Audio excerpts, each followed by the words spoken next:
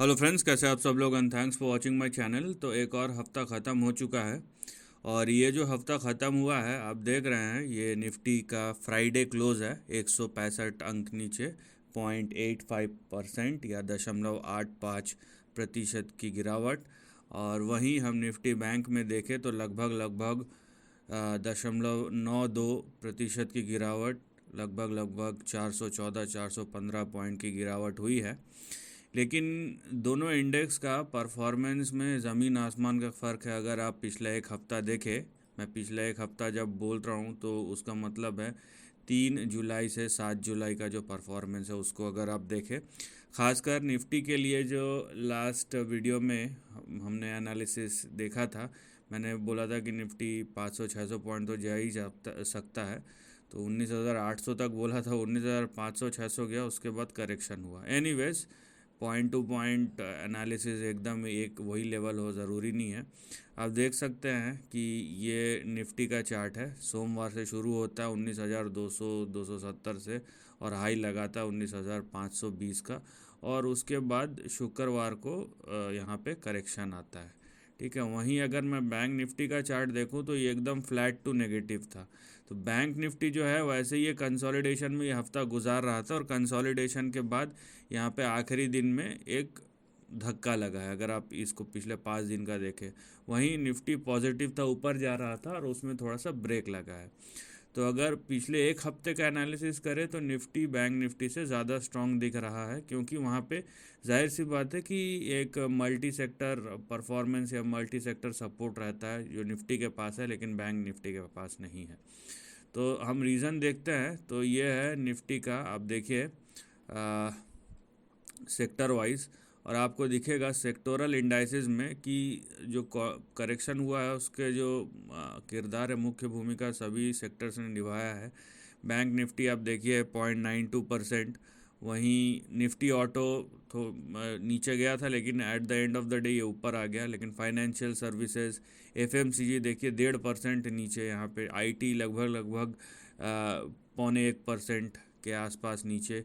एक Nifty media था जो बहुत अच्छा परफॉर्म किया, आई मीन 3.9%, लगभग लगभग 4%, लेकिन इसका निफ्टी में उतना वेट नहीं है। निफ्टी मेटल यहाँ पे देखिए 0.73%, निफ्टी फार्मा 0.74, तो यहाँ पे 0.25 से 1.25 1.5% निफ्टी रियल्टी आप देखिए, निफ्टी हेल्थ केयर देखिए, ऑयल एंड गैस देखिए फ्लैट है। लेकिन सबका कहीं ना कहीं परफॉर्मेंस है, जो मेजर सेक्टर्स है उनका गिरने में यहाँ पे जो रोल है गिरावट में वो निभाया है बल्कि। और निफ्टी को अगर हम थोड़ा सा डिग डाउन करके देखें यहाँ पे, तो यहाँ पे हम देखते हैं कि भाई किन्होंने मुख्य भूमिका निभाई है। यहाँ पे चेंज में परसेंटेज चेंज किसका सबसे ज़्यादा है, हाँ यहाँ पे आप देख सकते हैं। तो परसेंटेज चेंज में जो बड़े शेयर्स हैं उनका आपको देखने मिलेगा। और रिलायंस को एक बार देख लेते हैं, क्योंकि सबसे बड़ा तो वही है। तो यहाँ पे हाँ, रिलायंस यहाँ पे देखिए 0.37% नीचे है। ये 9 पॉइंट नीचे वो मत देखिए, इसका वेट इतना ज़्यादा है ना कि ये 9-10 पॉइंट नीचे है तो उसका एक इम्पैक्ट होता है। सबसे बड़ा झटका एचडीएफसी बैंक का है, लगभग लगभग 1% की गिरावट। तो यहाँ पे जो बड़े स्टॉक्स है वो कहीं ना कहीं अंडर परफॉर्म किया है और उस वजह से हमको ये जो करेक्शन होता हुआ दिखा है। अब चलते हैं चार्ट पे। तो सबसे पहले निफ्टी का चार्ट ही देख लेते हैं। ये बैंक निफ्टी का चार्ट खुला है लेकिन हम निफ्टी का चार्ट ही देख लेते हैं। आप देख सकते हैं कि किस तरीके का यहाँ पे आपको निफ्टी के चार्ट में मोमेंटम दिख रहा है। और उसके बनस्पत अगर आप देखेंगे कि करेक्शन कितना बड़ा है तो ज़्यादा बड़ा लगेगा नहीं आपको। अब बात यह है कि क्या ये अपने सारे मूविंग एवरेजेस को टेस्ट करेगा, उसका मतलब है कि यहाँ पे 50, 20, 50, 100, 200, तो 200 डे का मूविंग एवरेज ये आवरली चार्ट है, या 18,850, तो मतलब क्या यहाँ पे और 300-400 पॉइंट का करेक्शन आएगा, ये देखने की बात है। इस ये ऐसा नहीं बोल सकते कि अभी और करेक्शन आएगा, इसको हम और थोड़ा डिग डाउन करेंगे। देखिए बाज़ार में बहुत स्ट्रांग अंडर करंट जो है बाज़ार का बहुत स्ट्रांग है, तो यहाँ पे ये बोलना कि करेक्शन होगा और मतलब ये बहुत ख़तरनाक स्टेटमेंट होगा, क्योंकि बाज़ार में कहाँ से यहाँ पे आप देख रहे हैं बाइंग आ जा रहा है, कोई बोल नहीं सकता है, क्योंकि बाज़ार का जो मूड और माहौल है वो, आप देखिए कि यूएस का बाज़ार अगर आप ट्रैक करते हैं तो आप देख सकते हैं कि वहाँ पे किस तरीके की गिरावट हुई है, या फिर यूरोपियन बाज़ार में। लेकिन उसके बावजूद भी आप देख रहे हैं कि इंडियन मार्केट अगर 1% भी करेक्ट नहीं हुआ है तो आप समझ सकते हैं कि कितना स्ट्रेंथ होगा यहाँ पे। एनीवेज, जो यहाँ पे प्राइस चार्ट है, ये निफ्टी का प्राइस चार्ट है, इसको अगर हम देखते हैं तो इस तरीके का, मैं इसीलिए ज़्यादा इसको स्ट्रेच करने की कोशिश नहीं कर रहा हूँ कि भाई मतलब इतना होगा उतना होगा, इसको कोई कोई मतलब नहीं है। अगर मान लीजिए आज निफ्टी 2% नीचे जाता, बैंक निफ्टी 2% नीचे, तो हमको समझ में आता कि कहीं ना कहीं हमारा बाज़ार जो है वो वर्ल्ड मार्केट के ताल में ताल मिला रहा है। लेकिन वो आधा पौने 1% करेक्शन होके ही यहाँ पे रुक गया, उसमें भी बीच बीच में बाइंग आ जा रहा है, तो इसको हम कुछ बोल नहीं सकते। एनीवेज, ये देखिए ये निफ्टी का चार्ट है, यहाँ पे जो सबसे नियर टर्म में जो करेक्शन हो रहा है वो इस तरीके से है। नीचे आपको 19,280 का सपोर्ट मिलेगा, और आप वेट कीजिए कि 19,420, 421 या 422 के ऊपर ये निकल जाए। तो फिलहाल जो आपका रेंज होगा नीचे 19,280 का आपका सपोर्ट या स्टॉप लॉस, क्योंकि उसके नीचे और फर्दर डाउन साइड ओपन हो जाएगा। और ऊपर जो आपका रेजिस्टेंस होगा या इमीडिएट टारगेट होगा वो होगा 19,422 का। एक बार इसके ऊपर चले गया तो ये फिर से 19,500 अटेम्प्ट करेगा। फर्दर मूव्स उसके बाद चालू होंगे। बड़े मूव्स के लिए आप मेरे प्रीवियस वीडियोस देख सकते हैं। तो यहाँ पे एक करेक्शन का माहौल है, अब ये देखना है कि करेक्शन कितना और कंटिन्यू होता है। इसको हम ऐसा खींच नहीं सकते कि अब इसके नीचे तो ऐसा होगा, उसके नीचे वैसा होगा, या यहाँ पे सॉरी, ये आप 19,250 लीजिए, 280 नहीं, 19,250 का सपोर्ट लीजिए, ये ज़्यादा बेहतर होगा। और ऊपर 19,422 ये आपका रेजिस्टेंस है, इसके ऊपर गया तो बाकी सब चीज़ सेम है, 19,523, और उसके ऊपर फिर नया ट्रेंड शुरू हो जाएगा।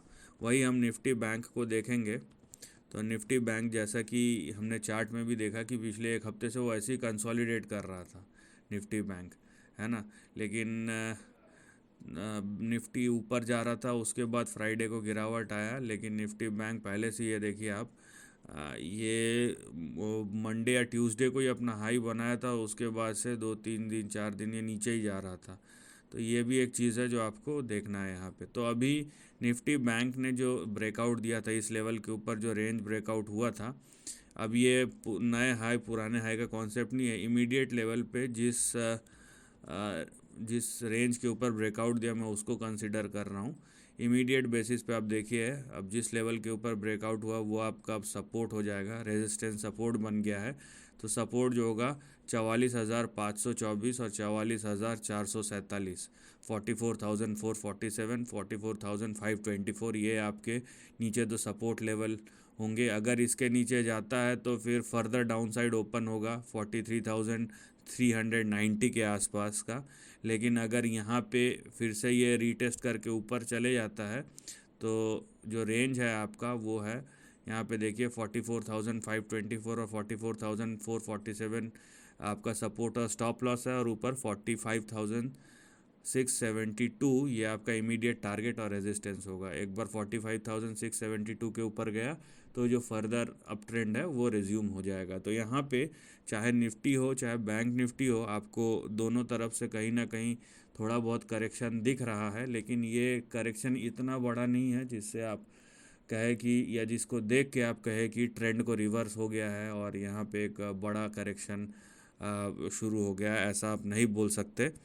और बाकी अगर बड़ा करेक्शन होता है तो उस केस में हमारे पास निफ्टी और बैंक निफ्टी दोनों में मैंने सपोर्ट और स्टॉप लॉस आपको बताए हैं, तो उस हिसाब से आप काम कर सकते हैं। तो यहाँ पे अब ये करेक्शन, बात यह है कि ये करेक्शन और कितने दिन कंटिन्यू होगा, ये भी एक बात है कि क्या ये मंडे को खुलते ही ये फ्राइडे का करेक्शन ख़त्म हो गया, या मंडे को 1 घंटा और रहेगा और फिर से ख़त्म हो जाएगा, या 1-2 दिन चलेगा, ये बताना बहुत मुश्किल है।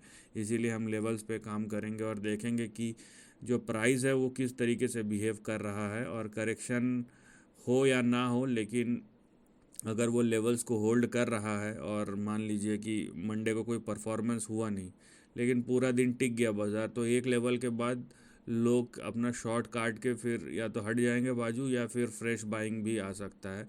तो ये सब चीज़ें भी यहाँ पे होनी कोई बड़ी बात नहीं है। So this is the end of the video. Thanks for watching.